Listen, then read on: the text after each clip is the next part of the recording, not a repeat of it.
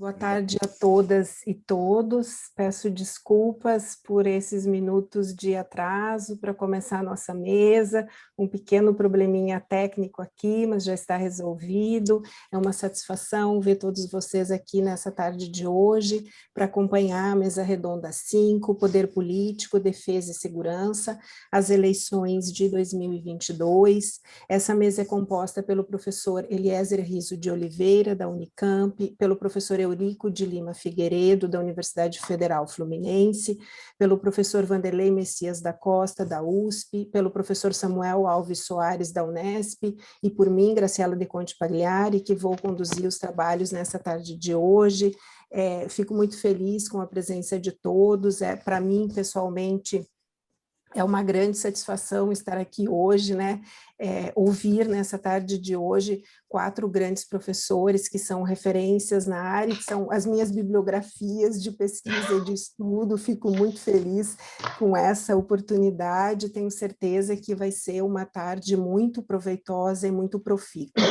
Essa mesa, Poder Político, Defesa e Segurança, as eleições de 2022, penso que não poderia ser mais atual e mais necessária no momento que estamos passando aqui no...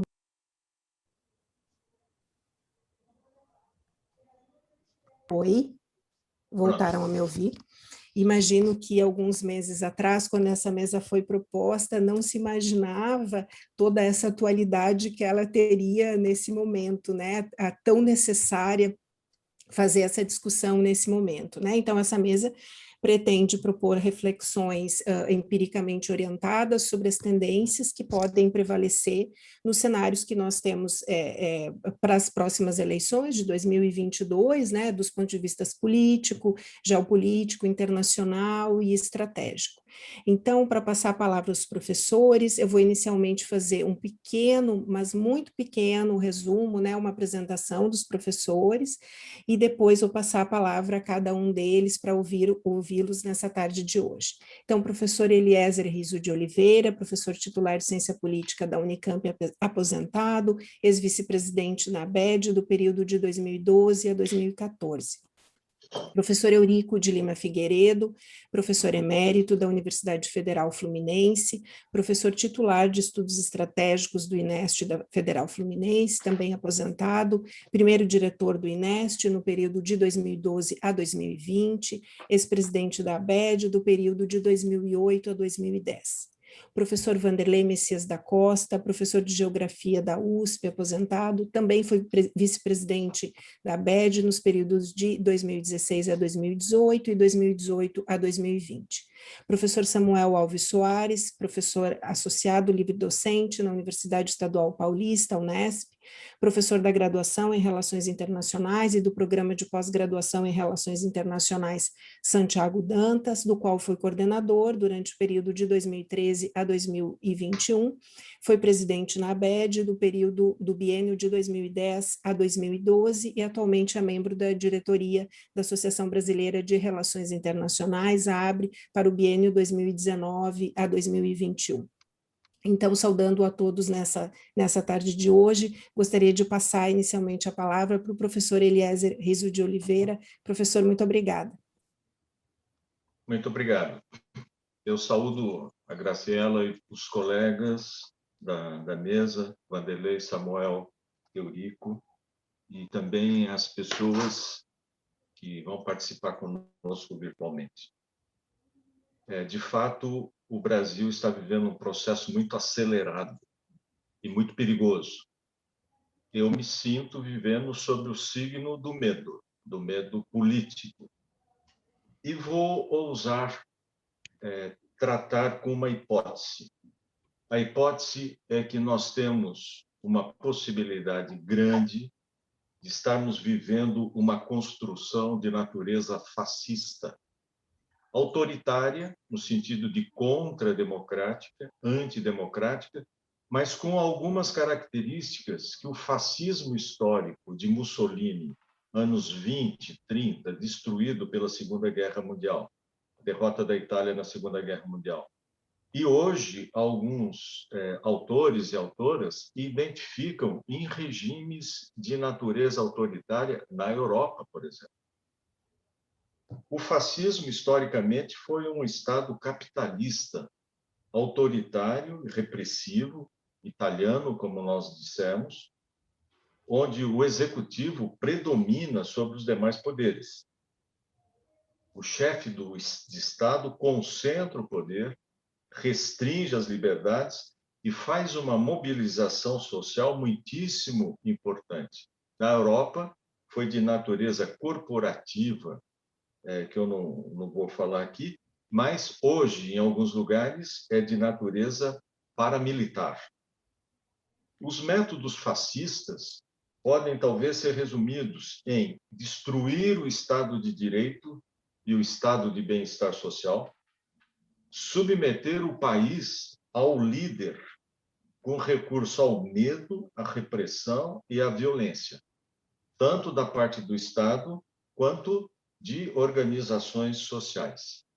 Eu diria mais uma coisa, que o fascismo precisa submeter as Forças Armadas. Eu vou voltar a isso um pouco mais para frente.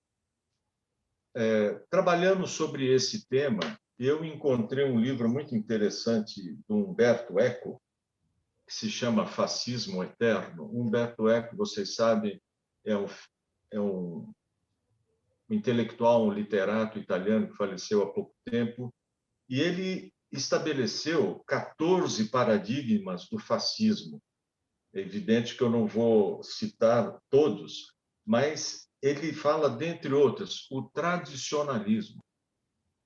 Se há alguém que repercute o tradicionalismo hoje, é o chefe de Estado. Na Avenida Paulista, aqueles pastores que estavam vestidos de amarelo ali são a fina flor do tradicionalismo ideológico e a fina flor do capitalismo financeiro também. O irracionalismo. O governo Bolsonaro começou levando o Brasil a debater se a Terra era plana. Quando a pandemia explodiu, ele virou garoto propaganda da cloroquina e outros remédios desse tipo. Isso é o irracionalismo, que desconsidera a educação e a universidade, ou melhor, as considera como inimigas. A política é movida por fontes de frustração pessoal e social. Há um profundo elitismo e um desprezo pelos fracos e excluídos socialmente. Há vínculos notórios com o culto da morte.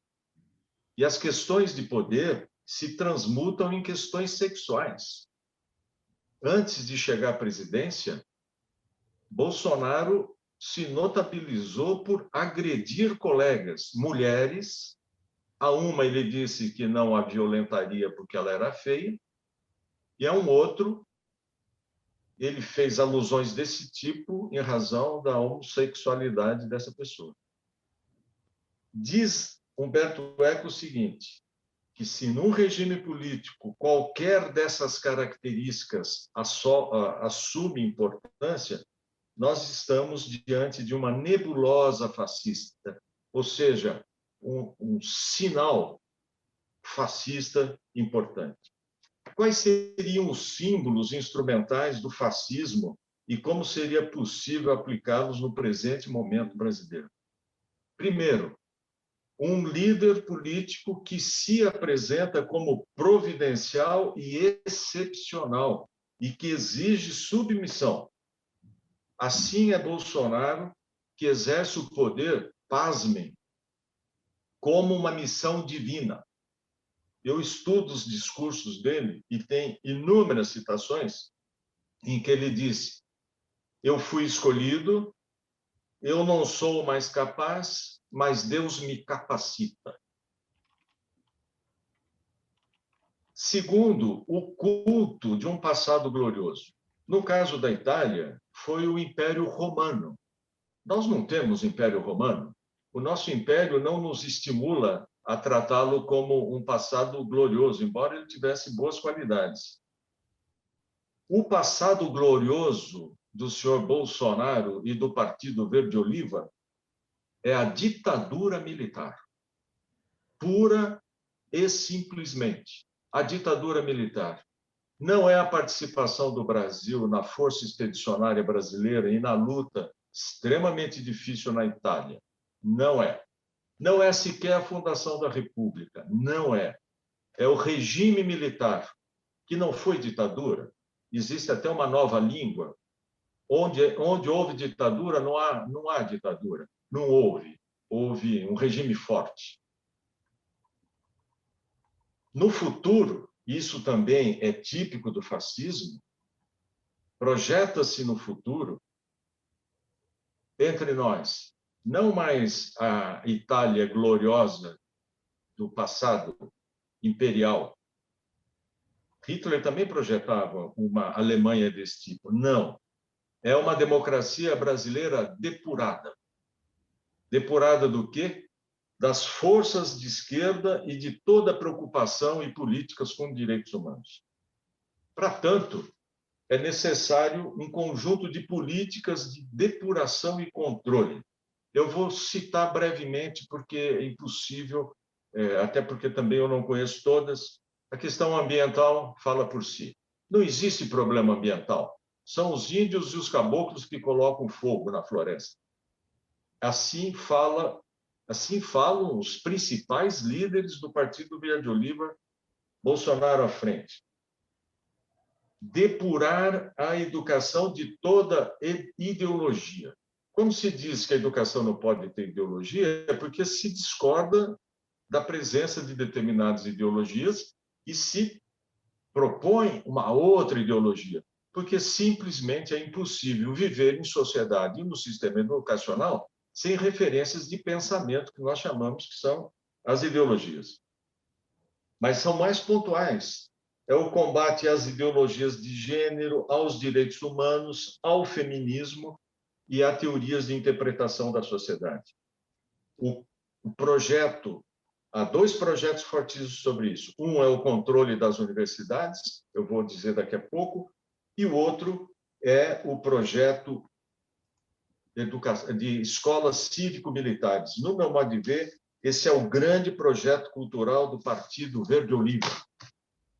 Recentemente, há uns 2 anos, eu participei de um grupo, a convite do Ministério da Defesa, para pensar na defesa nacional na frente. Eu tive o prazer de reencontrar amigos e conhecer outros. Eu conheci um jovem coronel. O Samuel pode me dizer que idade o coronel vai para a reserva, talvez com uns 48, 50 anos. Hoje, uma pessoa saudável, fazendo exercícios, etc., uma pessoa saudável. Eu perguntei para ele, e daí, meu amigo, o que você vai fazer da vida com essa idade? Ele me disse que ia trabalhar na escola cívico-militar. Foi antes da pandemia. A escola cívico-militar, além de ser um sistema de controle social, é um sistema que paga a fidelidade política daqueles que serão admitidos. Quanto ganhará essa pessoa com quem eu conversei? Que serão, falo como se fossem milhares. Por que ele abriria a mão da hipótese desse projeto se o nível de vida dele é favoravelmente atingido e melhorado nessas condições? Portanto, esse projeto envolve um engajamento político, lealdade pessoal e profissional dessas pessoas. O que me chama muito a atenção, porque somos todos universitários, é a tentativa, o projeto de controle financeiro, político e comportamental das universidades. A escolha de reitores fora de listas, dentro de listas, escolher dentro de listas faz parte da norma legal, gostemos ou não. Mas fora da lista é absolutamente ilegal, da lista tríplice. Processos contra docentes em razão de externar posições políticas e institucionais. Eu vou citar 2 casos recentes. O professor Elal, da área de Biologia da Universidade de Pelotas, e o professor Conrad, da USP, da área de Direito, que foram processados por se manifestarem publicamente no exercício da liberdade acadêmica. O controle da vida cultural, associativa e sindical nos campos universitários. Se não é mais hoje, é porque a pandemia nos retirou dos campos, porque até polícia é instrumento para esse tipo de controle. muito grave o controle do MEC e da CAPES, entregues a uma igreja reformada, que é a Igreja Presbiteriana do Brasil. Mas Fundação Palmares, FUNAI, Comissão de Anistia, Ministério de Direitos Humanos e da Mulher, tudo isso passa por um processo de revisão e de controle extremamente conservador. Conclusão. O Partido Verde Oliva, que eu atribuo a isso a setores profissionais militares em ativismo político na sua vertente Verde Oliva, isso é, do Exército, disputa a hegemonia cultural e política com os demais partidos e com a sociedade. Significa que a pauta política e cultural, não estou falando nem de defesa nacional, esses senhores tentam nos condicionar. Se Bolsonaro se reeleger, será o tempo suficiente para transformações autoritárias dos poderes e da sociedade. Nós estaremos batendo aí sim a porta do fascismo. Nesse sentido, eu volto ao que eu disse rapidinho, é necessário ter uma reinterpretação da história. Na Europa, quando se nega a existência do Holocausto, se diz que há um revisionismo. Esses senhores fazem revisionismo da história brasileira ao dizer que nós não tivemos ditadura, que a repressão, no fundo, foi benéfica. É isso. E que a tortura e o desaparecimento de pessoas também foi justificável. E cuidado, muitos do que os combatem, em nome da Revolução Social, assumem essas mesmas teses com o sinal trocado. O presidente autoritário, portanto, não é um autoritário.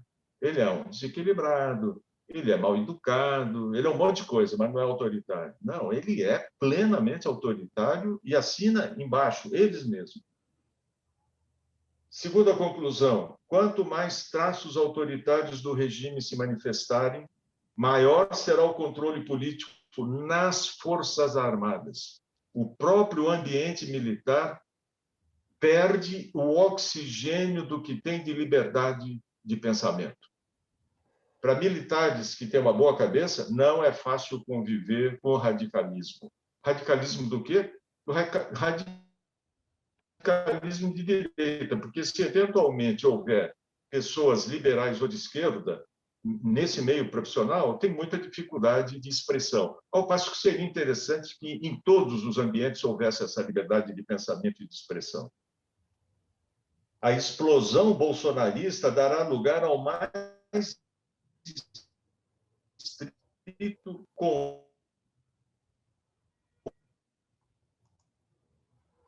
controle e a ampliação. É necessário resistir à universidade e às escolas são instituições de liberdade, de cultura, de vida democrática. Portanto, são palco de resistência, entre outros. Último, falando de eleição.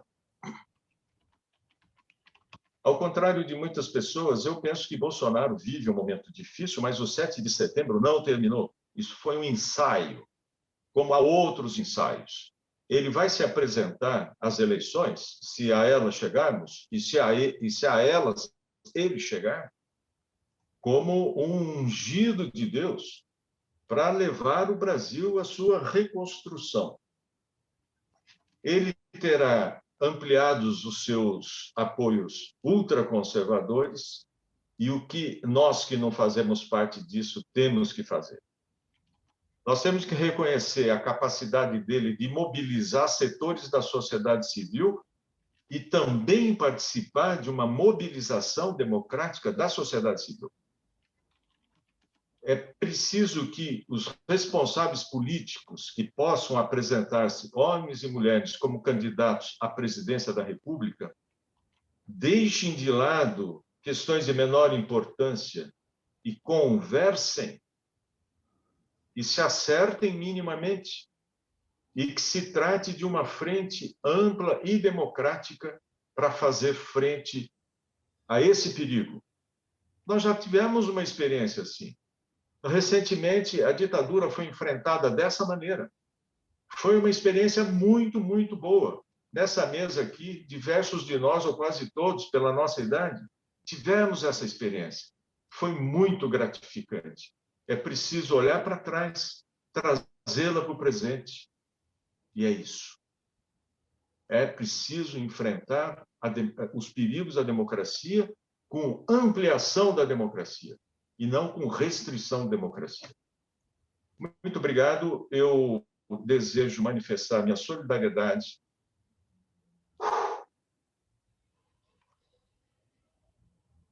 a tantas pessoas que sofrem nesse momento. Muito obrigado. Muitíssimo obrigada, professor Eliezer. A sua fala nos toca a todos e nos comove também, de certa maneira, né? Essa situação que enfrentamos hoje no Brasil, tenho certeza que nenhum de nós passa incólume a esses sentimentos, né? Ao mesmo tempo, de incredulidade, de como chegamos até aqui, de como enfrentaremos tudo isso e o que nos restará de agora para diante. Agradeço demais as suas reflexões e gostaria de passar a palavra ao professor Eurico para fazer as suas considerações. Professor Eurico, por favor. Obrigado, Graciela. Meus agradecimentos a todos que estão aqui presentes, em particular meus queridos colegas, você, Graciela, o professor Eliezer, o professor Samuel, o professor Vanderlei, todos também colegas e queridíssimos amigos. Quando tivemos a ideia dessa mesa lá atrás, o que nos motivava, ou pelo menos me motivava, era a ideia de que nós estávamos, como estamos, passando por um período extremamente difícil e com singularidades muito próprias da nossa história. E que seria conveniente para que usássemos as nossas experiências, nossas reflexões, nossos estudos, para levar publicamente as nossas preocupações, mas, ainda mais, levássemos também ao debate político, estratégico da nação, levasse o futuro. E o futuro, não só o futuro imediato que você nos apresenta, as eleições de 2022, mas o mais importante, o nosso futuro estratégico. E, dentro dessa compreensão, eu resolvi apresentar a vocês hoje algo que me preocupa há já muito tempo, que diz respeito ao modelo de Forças Armadas que nós gostaríamos, a partir de um ponto de vista republicano e democrático, que nós gostaríamos de ter em nosso país. E por que essa motivação? Em primeiro lugar, quando nós olhamos o passado e quando nós contemplamos o futuro, para nos situarmos no presente. Então, para ficar apenas no período republicano, é preciso lembrar logo de início que a República surgiu no Brasil a partir de um golpe de Estado. Foi o golpe que levou a República inaugurada em 15 de novembro de 1889. E que o primeiro período que nós passamos da nossa história foi identificada em alguns compêndios e alguma bibliografia como a República da Espada. E nós tivemos um item muito importante nas nossas pesquisas, que é como se passa de um regime militar, o regime da espada, a República das Espadas, para um regime de mando civil, que imperou no Brasil, com todas as suas turbulências e dificuldades, entre 1889 e 1930. Mas sendo que, na década de 1920, nós tivemos movimentos militares da maior importância, que foi o chamado movimento tenentista, com suas duas tentativas insurreição, a de 5 de julho de 22 e a de 5 de julho de 1824, e depois a chamada coluna Prestes, Miguel Costa Prestes, Gustavo Prestes, que percorreu o Brasil e, na verdade, foi a chamada também coluna invencível, porque ela não jamais foi derrotada, ela mesmo resolveu se dissolver entre 1924 e 27. Em 1930, nós tivemos um golpe de Estado. Esse golpe de Estado teve protagonismo militar, claro. Em 1932, nós tivemos a Revolução Constitucionalista, a chamada Revolução Constitucionalista de São Paulo, que era também uma insurreição armada, que foi vencida. Nós tivemos as eleições indiretas, mas com forte apoio militar, em 1934, que levou à nossa segunda Constituição da história.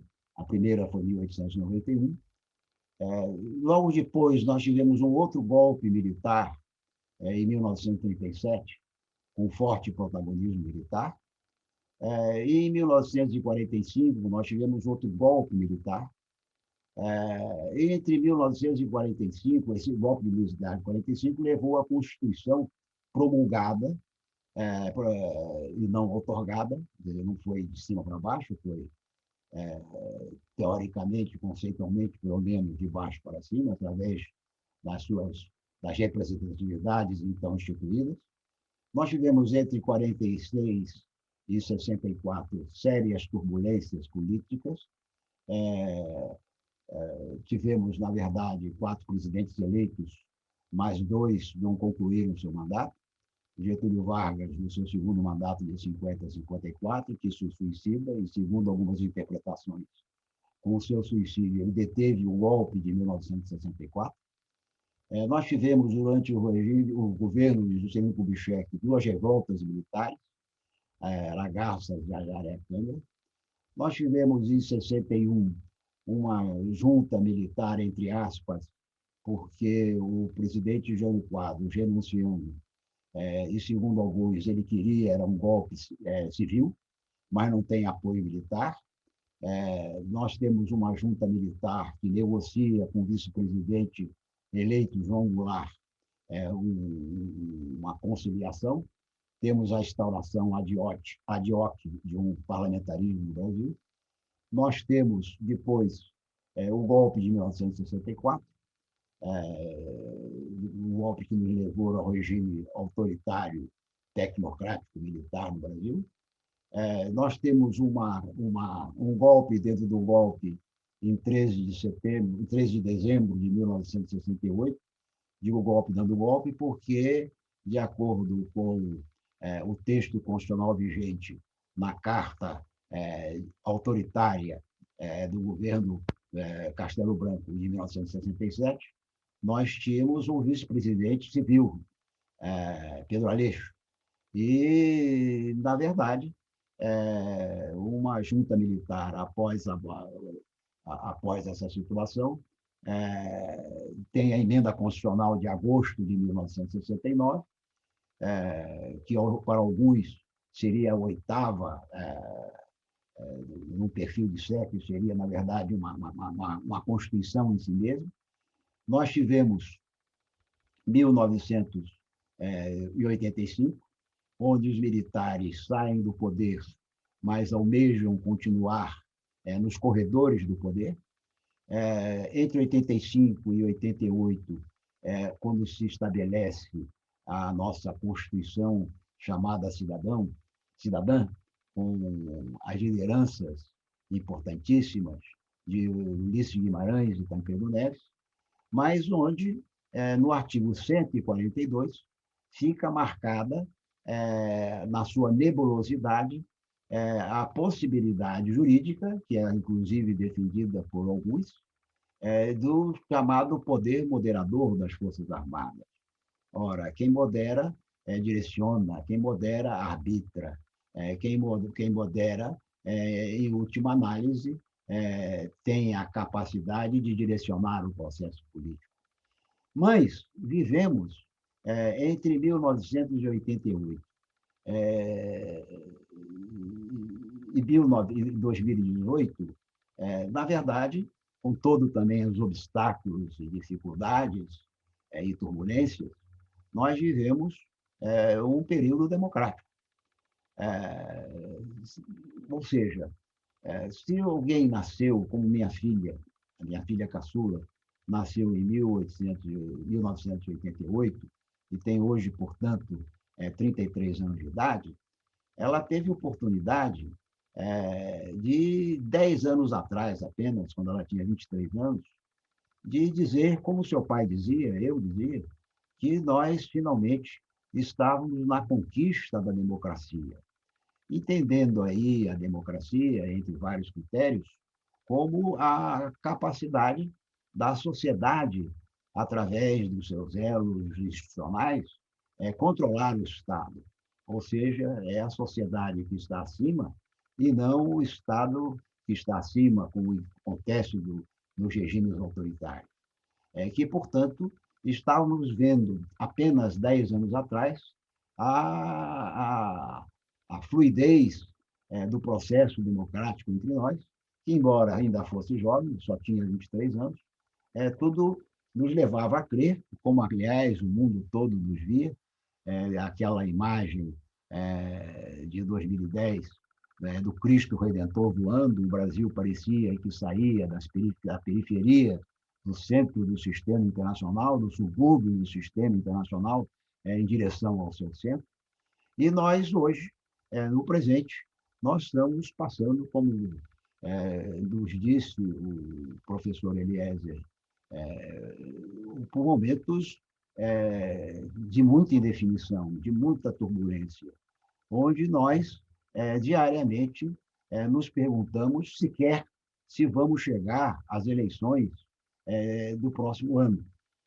E isto, na verdade, mostra que nós não estamos vivendo, nesses 2 anos e pouco do governo Bolsonaro, não mais numa democracia plena, mas isso já tinha os seus prenúncios anteriores, desde o famoso tweet do general Vilas Boas.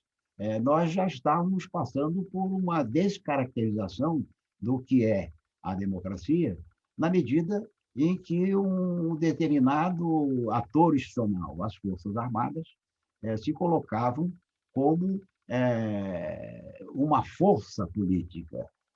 E isto descaracteriza a democracia, se nós a entendemos como um sistema que tem como base o domínio civil, que esse domínio civil garante a rotatividade pacífica do poder, que as instituições representativas da sociedade, de acordo com as leis instituídas, definem os rumos do processo de tomada de decisão política e que há plena franquia das liberdades democráticas, né? A capacidade de organização, de expressão, que ainda nós temos, mas nós temos anomalias seríssimas que caracterizam o nosso presente. Então, cabe perguntar que forças armadas que nós queremos para o nosso futuro. Nós não nos constituímos na universidade, na academia, em um partido político.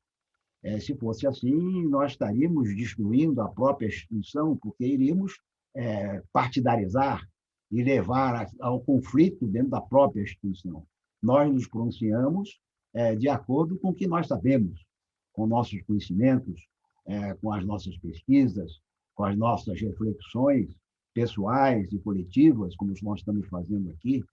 Nós não somos um partido, não somos um sindicato, embora todos nós, na medida em que gozamos das liberdades democráticas, nós possamos nos filiar como cidadãos a este ou aquele movimento, a este ou aquele partido. Portanto, eu acho que, nesse momento que estamos passando, no Fórum da ABED, que nos representa em todo o Brasil, a nossa, vou usar a expressão do meu querido Samuel Alves Soares, que representa a nossa comunidade epistêmica, é legítimo, digo mais, necessário, que nós façamos essas reflexões. Então, quando eu falo em forças armadas republicanas e democráticas, eu estou falando da República. E estou dizendo, ao contrário do que pensam muitos dos alguns colegas meus, a República é uma conquista que vem da esquerda e não da direita. A República custou muito em termos do enfrentamento, estou lembrando aí do século XVIII, do enfrentamento em relação ao ancião regime, ao antigo regime, que era monárquico e que estabelecia aristocracia e que governava em proveito próprio. E a República estabelece alguns conceitos que vão se solidificando através do tempo, como, por exemplo, a própria etimologia, a coisa pública, a ideia revolucionária da cidadania. Quem paga tudo da República é o cidadão, através do seu trabalho, através do seu imposto. Ele é o cidadão contribuinte titular de todos os gastos. Vai colocar algo extremamente importante para todos nós, que é a igualdade de todos perante a lei que não é decidida por este ou aquele, mas através, e foi um pensamento extremamente inovador, das instituições representativas, com delegação, mandato, representação. A República estabelece também a ideia do mérito, mas do mérito que, no desenvolvimento do processo republicano, nos diz que todos devemos ter as mesmas oportunidades no ponto de partida, mas, claro, pelos nossos méritos pessoais, pela nossa dedicação, nosso trabalho, temos no nosso mérito reconhecido, e esse mérito reconhecido ficou sendo visto, por exemplo, já no decorrer do século XX, claramente, através de concursos públicos, através de aferições do mérito, e como hoje nós dizemos, devem ser vistos com a máxima transparência. Quer dizer, a ideia de que a República é um sistema, ou um regime, como vocês quiserem, mas tem um método. E esse método é a democracia. Essa é a democracia sendo fundamentada na ideia da égide do domínio civil. Eu gosto de usar a expressão domínio da cidadania, e de que esse domínio da cidadania garante as liberdades públicas, garante a liberdade da representação, garante a afirmação da lei. Não é? Então, a pergunta que se faz é: nós temos forças armadas republicanas e democráticas? Eu vou dizer mais adiante, e afirmativamente, com ênfase, que não. E vou justificar por quê. O segundo ponto que eu quero levar aqui, e tenho observado nos grupos que participo, com colegas, não só os mais jovens, mas os mais velhos, que uma certa incompreensão do papel das Forças Armadas em relação à sociedade, ao futuro da sociedade. Então, uma proposta, a segunda proposta, é de que sejam as Forças Armadas críveis, mas Forças Armadas críveis que estejam sob o controle de quê? O controle da sociedade. Através de quê? Das suas atividades, funções, instituições representativas. Ou seja, supor que nós não termos Forças Armadas críveis significa jogar o bebê com a água do banho, porque, inclusive, o Brasil foi capaz, nos últimos 40, 50 anos, a experimentar mudanças expressivas no seu sistema econômico, eis que já há algum tempo vamos nos perfilando entre 200 nações como uma das 10 maiores economias do mundo, e que, portanto, tem o direito de ter os seus interesses, tem direito a ter os seus objetivos. E nós não somos inocentes. Nós sabemos que, na medida em que esses interesses e objetivos de cada país, de cada nação, legitimamente surgem, surgem também as forças contrárias, surgem também as dificuldades para que você suba os degraus da escada. Mas nós sabemos também que vivemos num mundo anárquico, num mundo destemperado, num mundo onde as grandes nações, os grandes países, se reservam num conselho restrito, chamado Conselho de Segurança da ONU, onde elas estão detentoras do poder de destruição e, portanto, de coação máxima, que são as armas atômicas,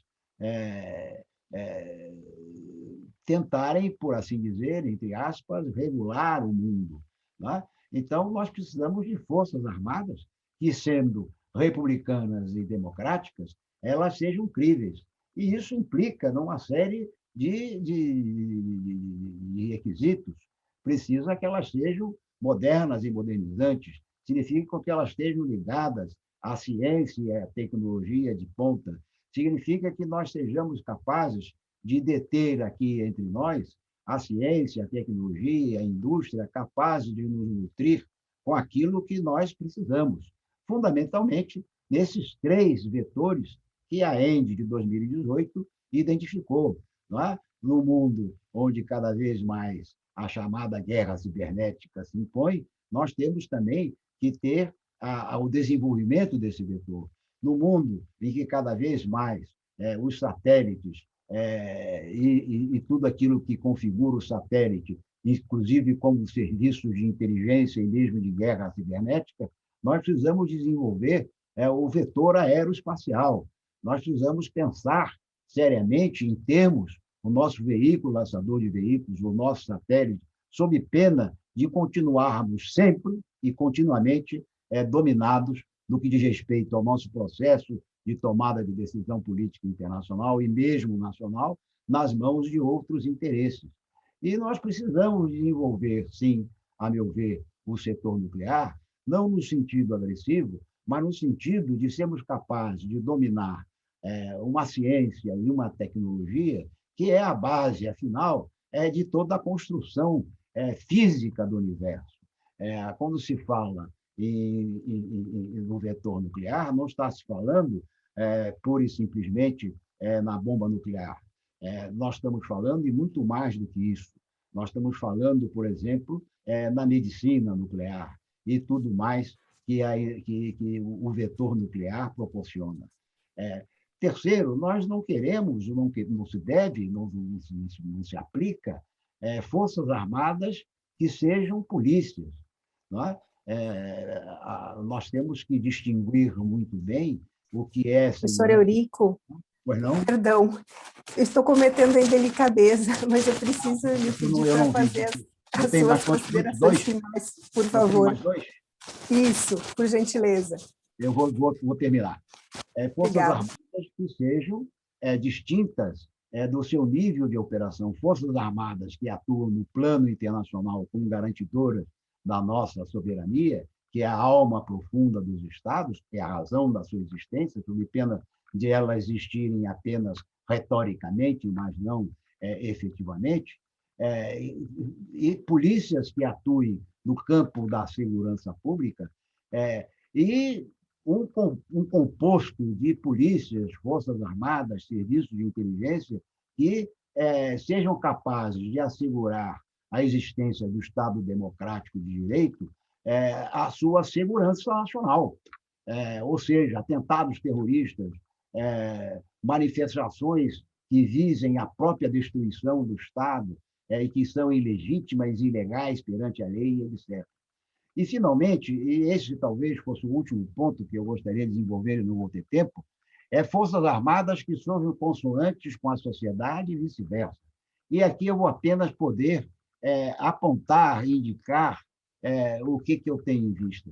Nós temos, se nós pegarmos um jovem da Academia Civil e um jovem da Academia Militar, nós vamos ver que esses jovens não se falam, esses jovens leem e se formam segundo uma literatura distinta, segundo reflexões distintas, segundo preocupações distintas, e, portanto, eles não se entendem e não sabem, na verdade, o que um faz e o que o outro faz.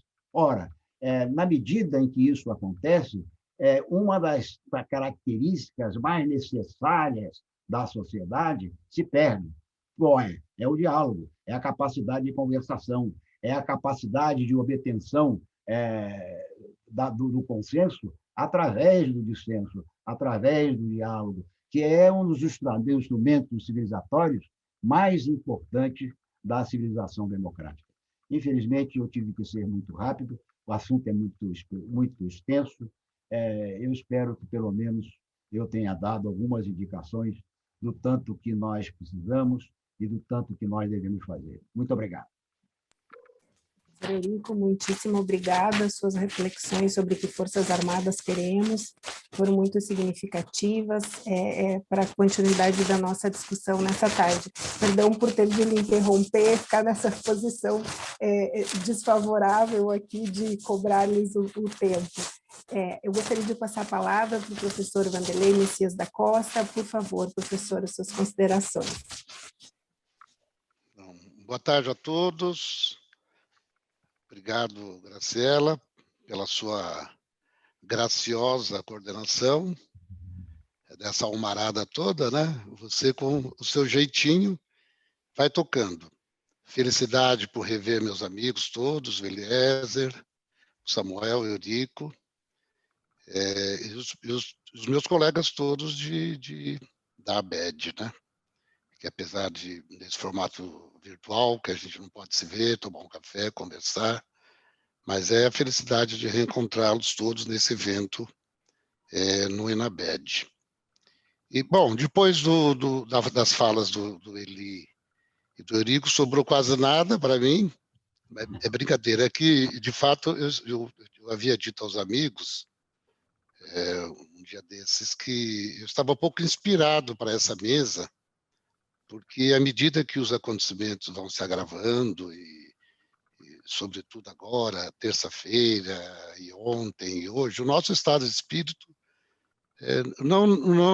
porque nós somos intelectuais, somos pesquisadores, estudiosos, né? Somos acadêmicos, temos experiências aí com a vida, alguns ocuparam postos, tiveram inserção na vida política, mas falo por mim e pelos meus amigos, nós somos, sobretudo, intelectuais, né?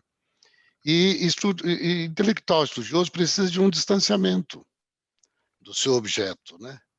E eu não consigo esse distanciamento mais. E se você não consegue essa distância crítica, que lhe permite fazer uma reflexão, não diria iluminista, iluminada, hiperracional, mas pelo menos que expresse uma visão de conjunto, né, a respeito do desenrolar dos fatos, e mais do que isso, dos padrões desses movimentos todos, sobretudo políticos, e das tendências, então a fala fica muito prejudicada. Eu sinto que o que eu vou falar pouco vai contribuir, porque eu estou com esse estado de espírito, eu me sinto travado pela contingência. Eu até gostaria de dissertar um pouco sobre o que é contingência, né? Eu me lembro de alguns textos sobre isso, mas não é o caso, né? A contingência, ela nos liberta e ela também nos trava. Nós somos um pouco,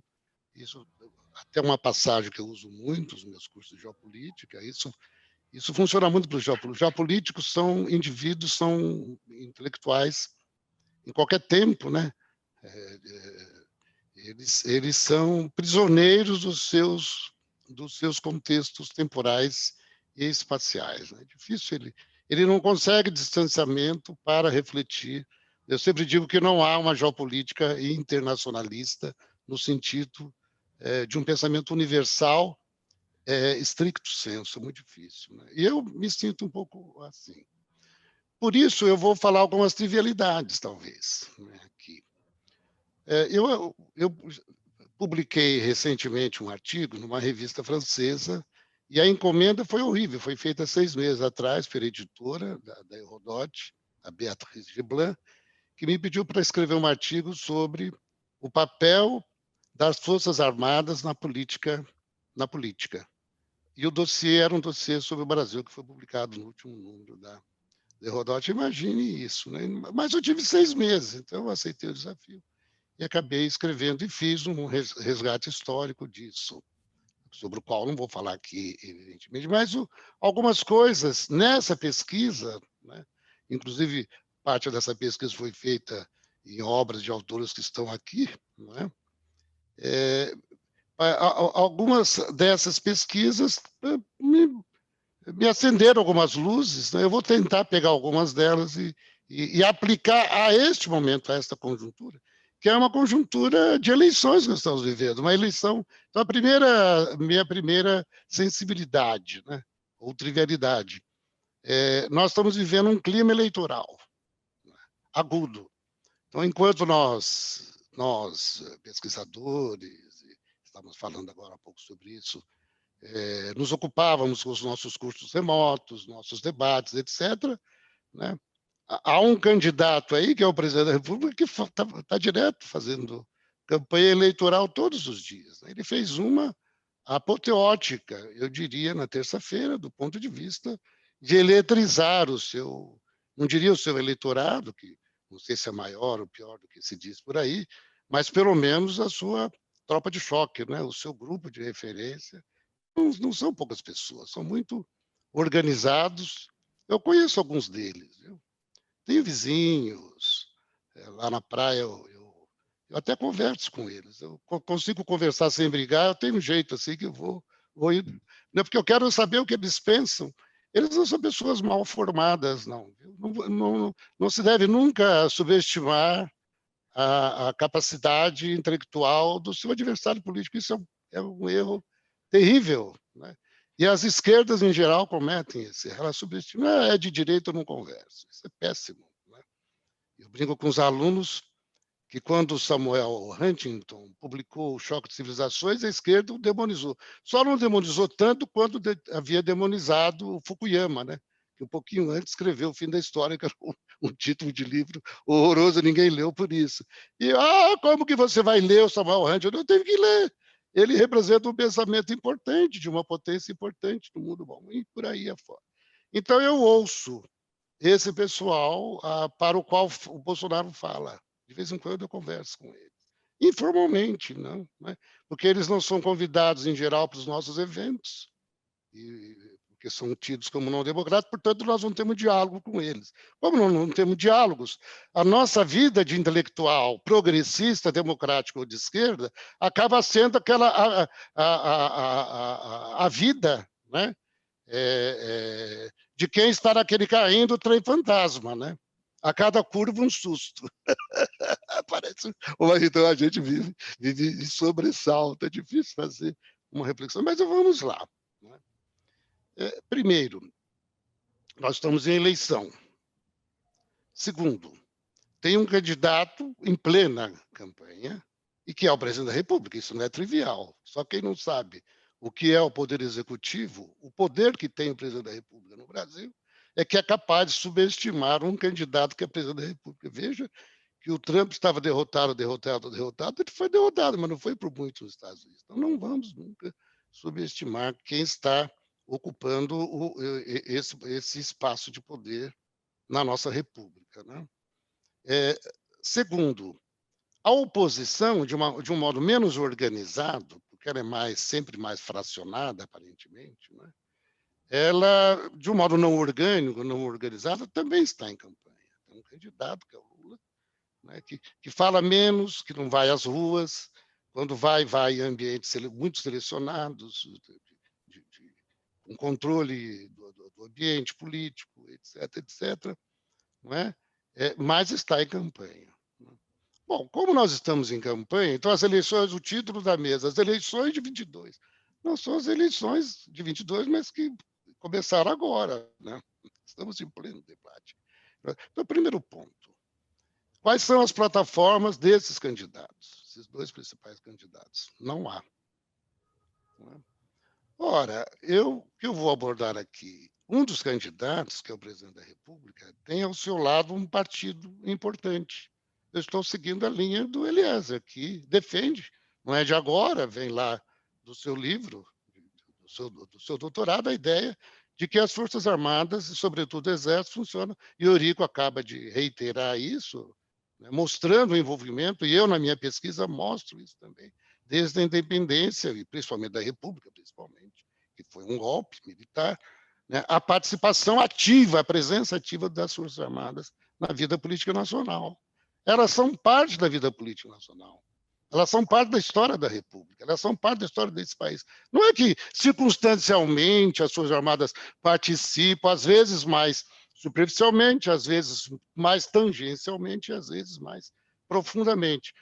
No momento, eu pensei em caracterizar esse momento como um momento não de regime militar, que não é claro que não, mas as palavras nos fogem, né? Eu pensei, seria uma semidemocracia muito fraco, né? Então, eu inventei não sei se alguém já usou, mas eu usei nesse meu texto a expressão de que nós estamos vivendo uma semiditadura, né?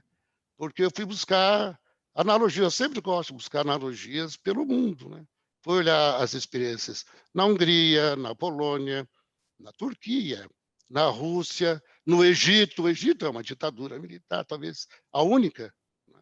E fui buscar várias, e eu caracterizei como... Ora, portanto, neste momento, a imersão das Forças Armadas na vida política nacional não é superficial, não é hiperprofunda como foi na ditadura, como foi no regime militar, em outras ocasiões, mas ela é muito expressiva. Se é expressiva, eu coloco, então, um desafio para as Forças Armadas. Ok, tem 6 mil militares ocupando cargos do governo federal, não é?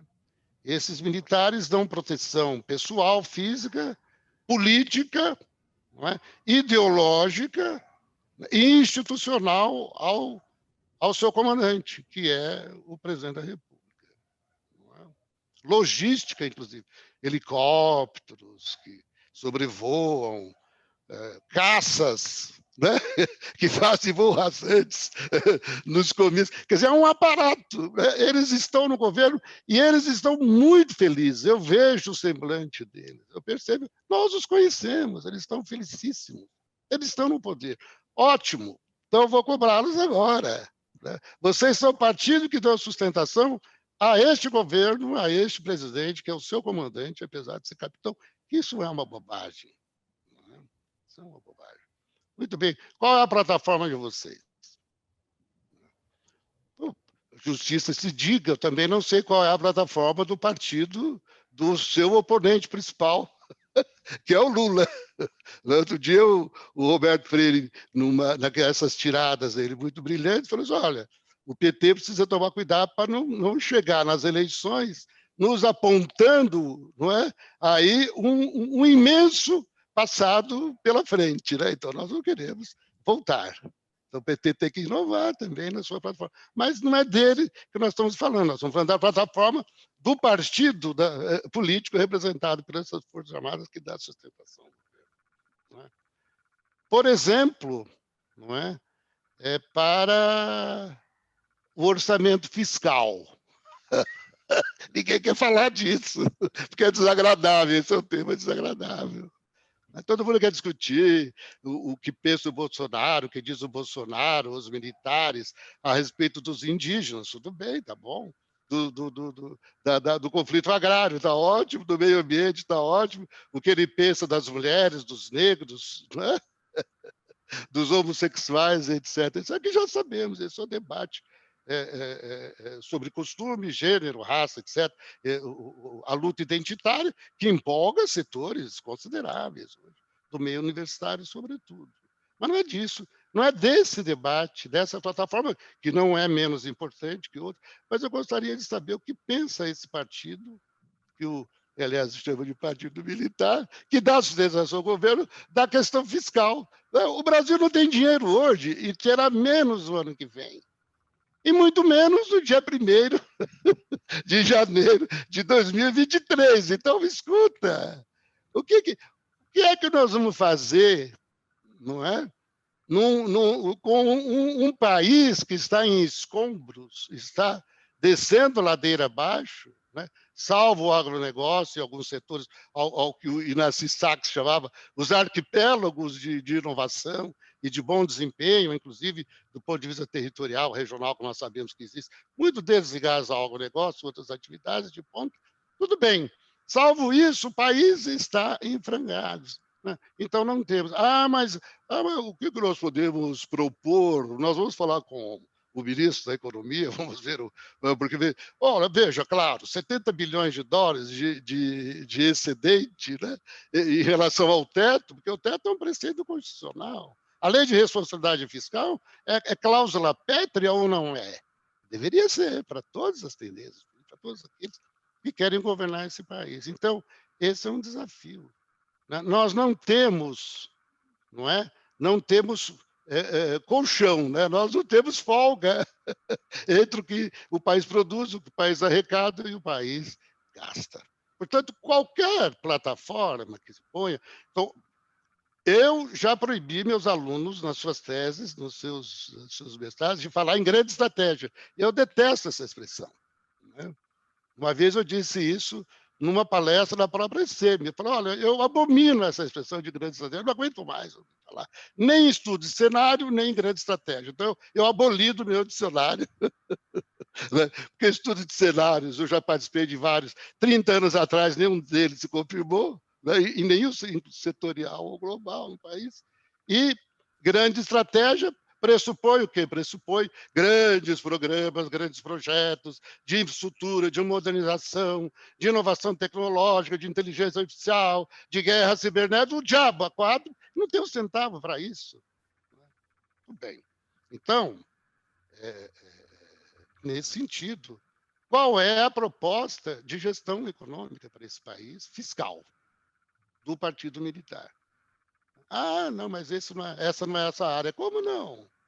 Vocês estão no hardcore do governo, vocês estão no núcleo duro do governo. Vocês, até meses atrás, todos os cargos estratégicos do núcleo duro do Palácio Planalto estavam ocupados por vocês. Vocês têm a obrigação de ter uma proposta para a nação, né? Já que vocês estão no poder. E estão lutando para se perpetuar no ano que vem, né? Muito bem, para as universidades. Bom, mas o Lula, irresponsável, criou muita universidade nova, inclusive nas ciências humanas, um ano de comunista. Bom, o que vocês vão fazer? Vão fechar? Vocês vão nos matar todos? Por anomia, por anemia, por inanição? É isso que vocês vão fazer? Mas essa é a plataforma de vocês? Mas nós não vamos ter voto mesmo das universidades que se destruam. Não, então eles vão manter porque o Eurico estava dizendo outro dia, manter o orçamento das universidades públicas, sobretudo as federais, para o próximo exercício é matá-las. É uma ração que você vai dando, não é, para o prisioneiro, não é, numa quantidade suficiente que a médio prazo ele morre. Sozinho você não precisa matá-lo. As universidades, o que fazer com a universidade? Não só com as novas, as expandidas, os novos cursos, os novos campi no interior da Amazônia, que são fundamentais, não é, para a expansão do ambiente civilizacional para os nossos jovens, para essas populações periféricas, carentes, com os menores índices de IDH do país, que saibam vocês todos que não estão no interior do Nordeste, como se dizia nos anos 60, 70 e 80, mas estão hoje no interior da Amazônia. O problema da Amazônia, que não é só ambiental, é social, é de pobreza, é de isolamento agravado pelo isolamento. Então... Professor Vanderlei, perdão, okay. Tenho agora estou que concluindo. fazer... Estou concluindo. Obrigada. Outra coisa, os militares tiveram um papel fundamental em outros contextos em que eles participaram ativamente da política ou que estiveram à frente, de fato à frente do governo, no regime militar, não é? Durante 20 anos, tiveram um papel ativo em dotar as bases da nossa pesquisa básica e nossa pesquisa aplicada em ciência e tecnologia. Apoiaram a criação do CNPq, depois apoiaram a criação da CAPES. Nunca os militares, enquanto conglomerado, né, de aeronáutica, exército e marinha, nunca eles ou disseram ou agiram contra investimentos em ciência e tecnologia. Nenhum militar de patente superior a capitão é capaz de dizer que é contra investimentos em recursos humanos, em aparatos materiais, em laboratórios, em desenvolvimento científico, inclusive o básico. Nenhum. Ora, então essa é uma virtude deles. Então agora eu estou apelando a essa alma profunda desses que hoje estão no poder. Não deixem este país retroceder para a condição de uma economia agrária exportadora, que é o que nos caracterizou nos anos 40, 50, 60, 70, e só a partir dos anos 80 e 90 que nós galgamos degraus, né, na hierarquia da ciência e tecnologia mundial, que nos permite hoje contar com, sei lá, quase 200 mil pesquisadores cadastrados na plataforma do CNPq, produzir a quantidade de doutores que a gente... Por favor. Então, vocês querem participar da eleição, vocês querem continuar com o partido, apesar disso afrontar, do meu ponto de vista, né, os meus valores, a minha ética, as minhas expectativas do que seja um governo democrático, para mim é, antes de tudo, um governo civil, né? E eu sei exatamente qual é o papel das Forças Armadas, não vou aqui repetir, mas façam valer, não é? Esse âmbito profundo da sua alma que, no momento deste país, contribuiu para a modernização desse país. Então, não deixe morrer a universidade, não deixe morrer a ciência e tecnologia. O que é que vocês pensam a respeito disso, senhores militares? Eu queria terminar fazendo um outro repto. Não é? Quando você fala de geopolítica no Brasil, na história da geopolítica, sempre vem duas palavras, militares, três palavras, desculpe. Desde os anos 30, Forças Armadas, Amazônia e América do Sul. Então, olha, criaram o Conselho Nacional da Amazônia, legal. Eu fui lá olhar o conselho, escuta, é um horror. Aliás, vocês vão, o professor Vanderlei é cabotino, fica aí contando vantagem, não é vantagem nenhuma. Eu, Berta Becker e mais 5, 6 colegas, Inácio Sacos, etc., em 1996, nós criamos no Ministério do Meio Ambiente, da Secretaria da Amazônia, do Ministério do Meio Ambiente, Recursos Hídricos e Amazônia Legal, nós criamos o Conselho Nacional da Amazônia, mas no nosso conselho criamos uma política. Né? No nosso conselho, em 1996, estavam lá os governadores, estavam os ministros, mas estavam os governadores, estavam os representantes das ONGs, das comunidades indígenas, da sociedade civil, e ele funcionou. Agora, de repente, eu vi recriado o conselho e fui olhar. É um monstro burocrático. É um paquiderme, inerte, é uma coisa horrorosa, que não tem sociedade civil, não tem nada. E pior de tudo, não fez nada, não faz nada, a sua estrutura foi criada não para funcionar, mas para fazer reuniões fechadas, 90% dominado por militares, que se distribuem em câmaras, em subconselhos, etc, etc. Então, ele foi criado para não funcionar. Porque se ele tivesse sido criado para funcionar, eles não teriam bloqueado e não teriam lutado contra, e não teriam levado praticamente à extinção do Fundo Amazônia, com mais de $1 bilhão em recursos, no horizonte de $1 bilhão em recursos para a região. Então, o Conselho fez. Então, vejam, abandonaram a Amazônia. E, por último, não vai dar para falar, mas só vou mencionar que é um tema do meu coração, todos os meus amigos, sabe? Abandonaram a América do Sul, uma coisa horrorosa. O nosso querido Mário Travassos deve estar se revirando lá no seu túmulo nesse momento. Obrigado. Professor, muito obrigada. Eu passo imediatamente a palavra para o professor Samuel para fazer as suas considerações. Obrigada, professor. Uma boa tarde a todas e a todos. Minha saudação aos colegas de mesa, Eliezer, Eurico, Vanderlei, e a condução sempre tão precisa da nossa querida Graciela. Eu vou tratar de uma questão que pode parecer a vocês absolutamente fora de contexto, porque é uma ausente na história brasileira das últimas décadas, não aconteceu em outros momentos eleitorais, e neste, que concordo com Vanderlei, é um período eleitoral já bastante antecipado, de uma forma que jamais, sinceramente, não imaginaríamos que viveríamos no país o que está acontecendo, porque vai para além dos sobressaltos, nós estamos vivendo já os mecanismos específicos e claros de repressão política, social, cultural, e já de algum tempo. Eu gostaria de tratar de políticas de defesa. E essa é uma ausente porque nas eleições anteriores, nesses últimos mais de 30 anos, é um tema que não apareceu. Eventualmente aparecia num ou outro programa escrito de algum partido político, mas não é parte da discussão que se faz no nosso país. E, por certo, há um conjunto de razões que se pode defender a necessidade de política de defesa. Ou a defender a soberania territorial, ou defender recursos naturais, ou garantir determinadas decisões no sistema internacional. Há um custo, evidentemente, para isso, não é baixo, é o 4º orçamento da República Brasileira, mas há um aspecto que me parece singulariza as políticas de segurança e defesa. E essa singularidade é a ética da morte.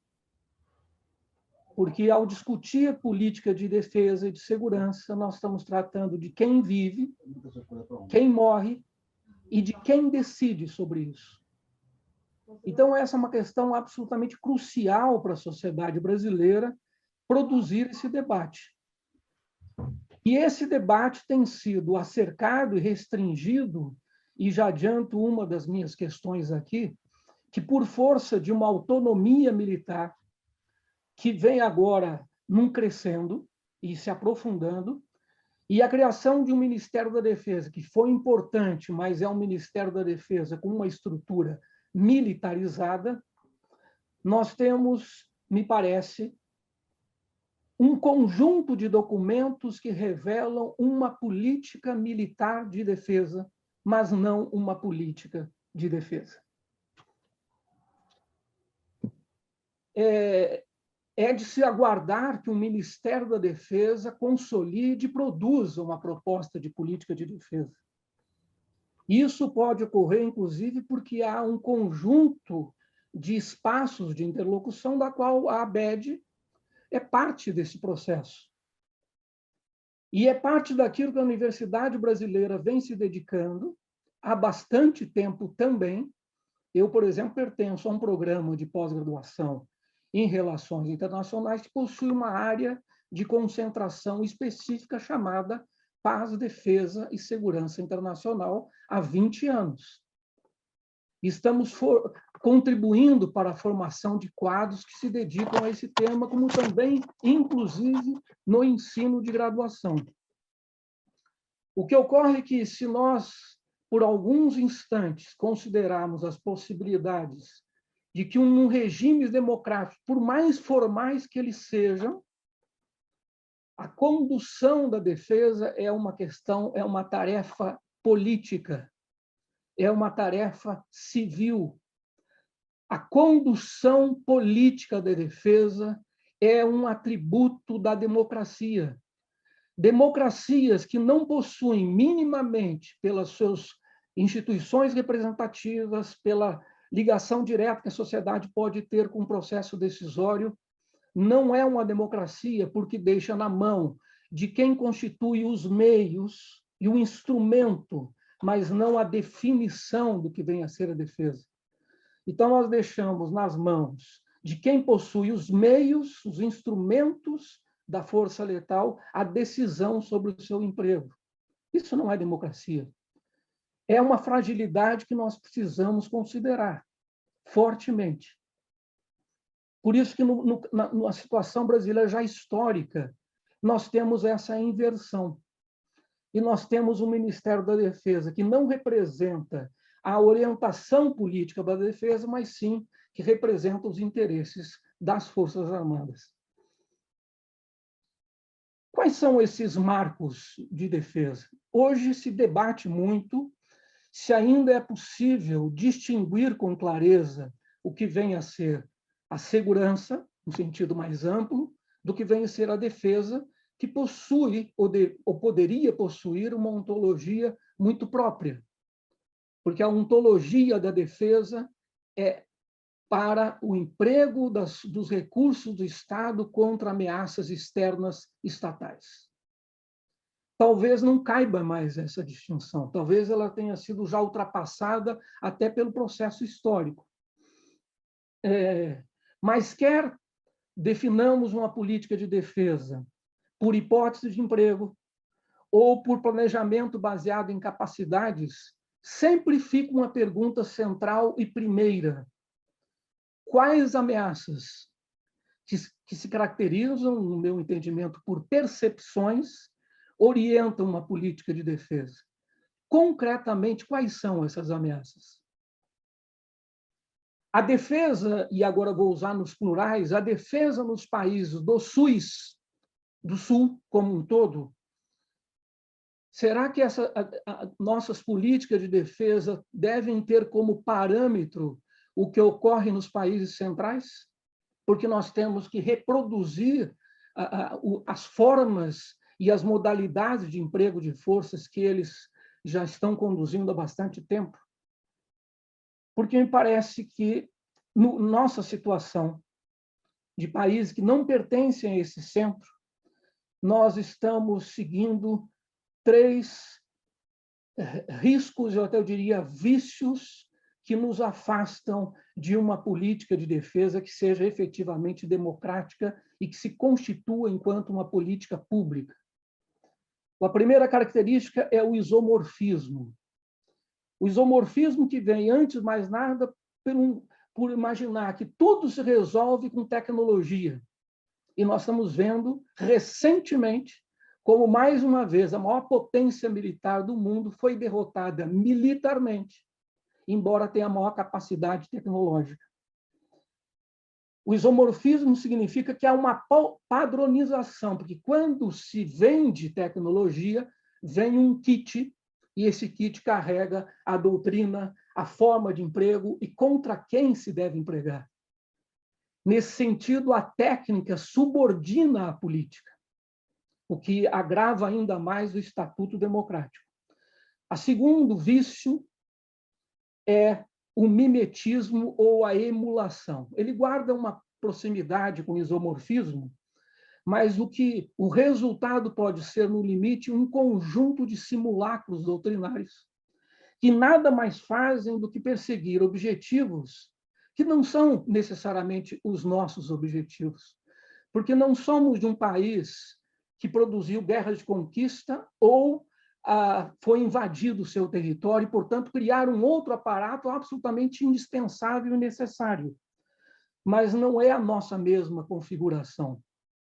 Isso vai produzindo, o que Eurico, inclusive, já destacou, uma hibridização, ou seja, não sabemos mais se as Forças Armadas são polícias e em que medida as polícias estão cada vez mais militarizadas.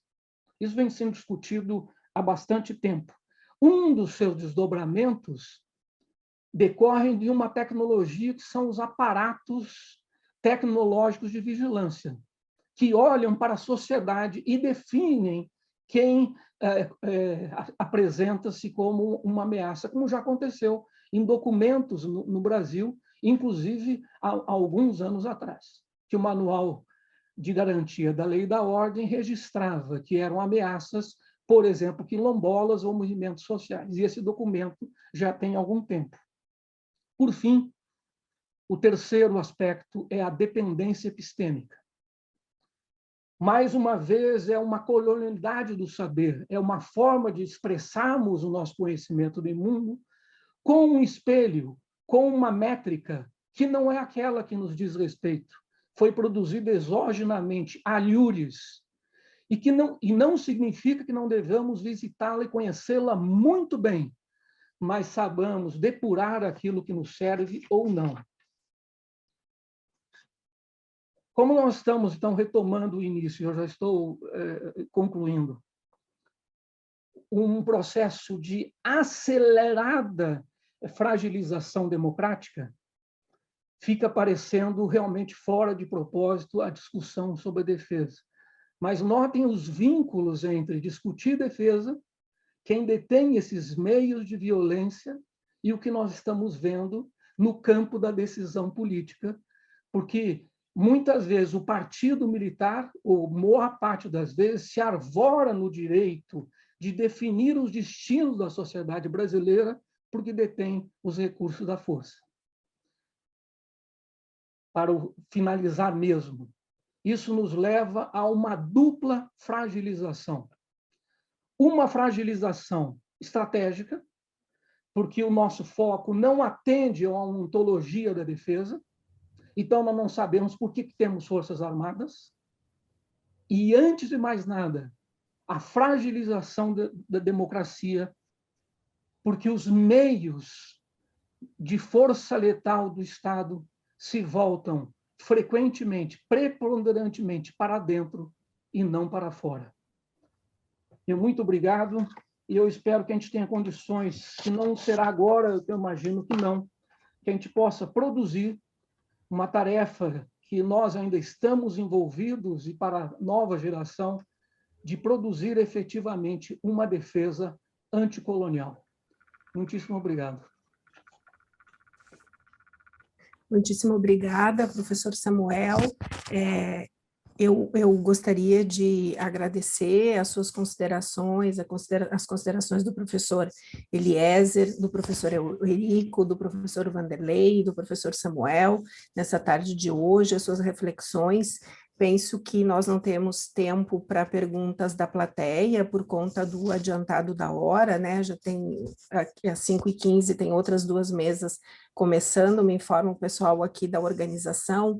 Então, eu só gostaria de perguntar aos senhores se tem mais alguma consideração final a fazer depois da fala de todos, e para irmos encerrando essa atividade também. Professor Eliezer, professor...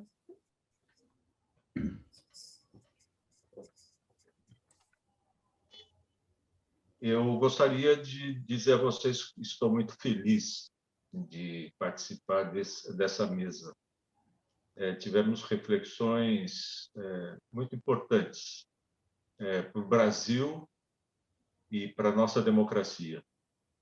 Eu me preocupo se nós não estamos experimentando uma espécie de uma transição para trás, uma transição de retorno, uma destruição interna de mecanismos e de processos democráticos. O processo do Bolsonaro é agredir, agredir, agredir e recuar.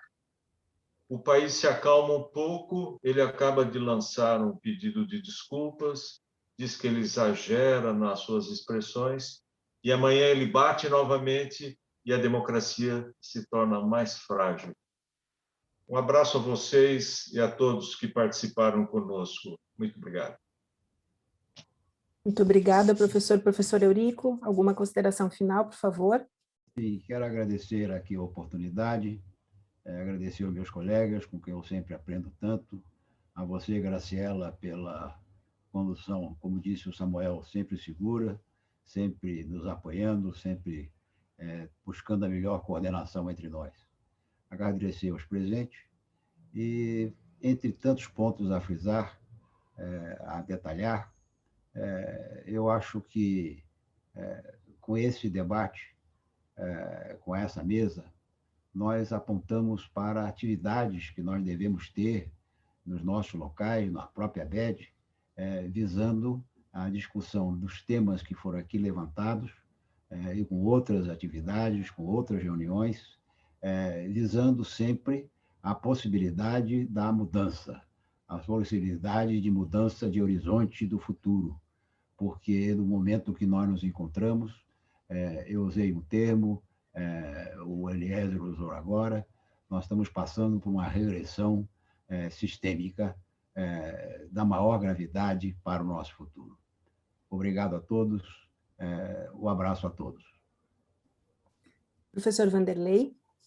Eu também também quero agradecer mais uma vez o convite pela mesa muito boa, a Graciela, que foi ótima na coordenação, a oportunidade de rever os meus amigos, muito mais que queridos, todos eles, né? E, como última palavra, também vou falar alguma coisa aqui, talvez até inusitada, né? Mas o professor Vanderlei não tem nenhum otimismo, eu tenho um, né? O efeito do avanço massivo da vacinação, viu? Esse é o otimismo. Eu sempre busco, né, uma saída, um lugar, uma fresta de luz, né, que ilumine nossa vida. Eu acho que a vacinação em massa, eu vejo na TV, estava vendo ontem, que já quase está chegando perto da minha neta, que tem 8 anos, daqui a pouco chega, né? Já está em 15 anos, 14 anos, daqui a pouco, né? Nós, da nossa geração, já vamos tomar daqui a pouco a terceira dose. Isto, né, tem um duplo efeito, né? Nos tranquiliza, nos dá esperança, no plano da saúde, da vida, enfim. Mas o que mais me alegra, além da saúde, é que com a saúde eu voltar a ver, como eu estou vendo minha neta agora, ela voltou à escola, as crianças à escola, as professoras felizes, os pais felizes, as mães felizes levando os filhos à escola. E talvez a minha maior alegria seria voltar a encontrar meus alunos face a face, vê-los, pegá-los, beijá-los, abraçá-los, conviver com eles presencialmente. Minha geração, né, eu sou de uma geração que cheguei onde eu cheguei assim. Então, esse interregno da pandemia aí, da vida virtual, tudo bem, não vamos discutir isso agora, mas acreditem, né? Um povo vacinado com o Congresso presencial funcionando. Mas esse Congresso, olha, não interessa se é esse Congresso, mas eu acho que as coisas não estariam como estão, né? Mais gente na rua, de todos os lados, de todas as bandas, de todas as ideias, de todas as crenças. Isso é a vida, né? Então, viva a vacina, viu? É isso. Isso mesmo, professor, viva a vacina. Professor Samuel, por favor. Gostaria de agradecer a todos os participantes, agradecer a Graciela, a Fernanda pelo suporte técnico tão também importante para os nossos trabalhos. Na segunda-feira nós tivemos a condição de realizamos uma reunião prévia, um esquenta dessa mesa. E foi muito interessante, muito importante, porque eu penso que todos nós, em diferentes níveis, possivelmente estamos vivendo com muita ansiedade, com muita agonia. Mas hoje, ouvindo aqui as apresentações de Eurico, Vanderlei, e esse quadro tão claro que o Eliezer nos apresentou, a situação política brasileira, só reforça que nós estamos agora no campo da resistência e da luta, e a nossa resistência e a luta é feita na universidade com aquilo que nós sabemos fazer, que é pesquisar, que é buscar o máximo de rigor nas nossas análises, e que isso também nos ajude a reconstruir, e a tarefa da reconstrução não será fácil, como nós já estamos percebendo. Então, muitíssimo obrigado. É mesmo aqui um momento de convocação para uma resistência democrática absolutamente indispensável, e se nós não fizermos esses movimentos muito rapidamente, com urgência, talvez fique muito tarde e a gente se arrependa depois. Muito obrigado. Muitíssimo obrigada, professores. Muitíssimo obrigada, Fernanda, pelo suporte. Agradeço também a todos os que estiveram conosco nessa tarde, ouviram essas reflexões e pensaram junto conosco, junto com os professores, né, que foram os que fizeram as suas contribuições para onde avançamos, que Forças Armadas queremos e como está a nossa situação no Brasil no momento atual, do ponto de vista da política de defesa. Muito obrigado a todos, desejo uma ótima continuidade do 11º encontro do ENABED, e agora nesse finalzinho, né, tarde e noite ainda tem outros eventos, e no dia de amanhã. Até mais. Um abraço a todos.